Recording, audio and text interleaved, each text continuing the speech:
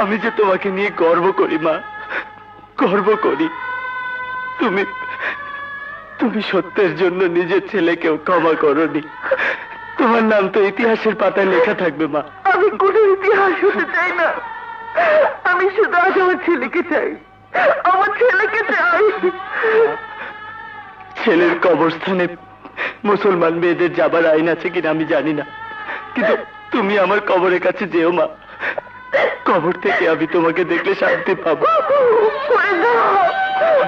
ও কথা বলিস না জয়, ও কথা বলিস না।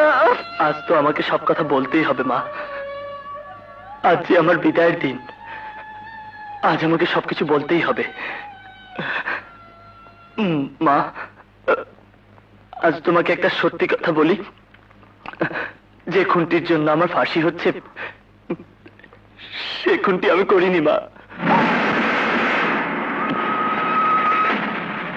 কি বলছিস তুই? মৃত্যুর আগে কেউ মিথ্যে কথা বলে না মা, আমিও মিথ্যে কথা বলছি না। এই তোমাকে আমি স্পর্শ করে বলছি, সেই খুনটি আমি করিনি মা। তাহলে কোথা তুই নিশ্চুপ ছিলি কেন? ওরা কথা বলিসনি কেন? আমি চাইনি তোমার কথা মিথ্যে হয়ে যাক মা, তোমার অপমান হোক, এটা আমি চাইনি, তাই আমি চুপ করেছিলাম।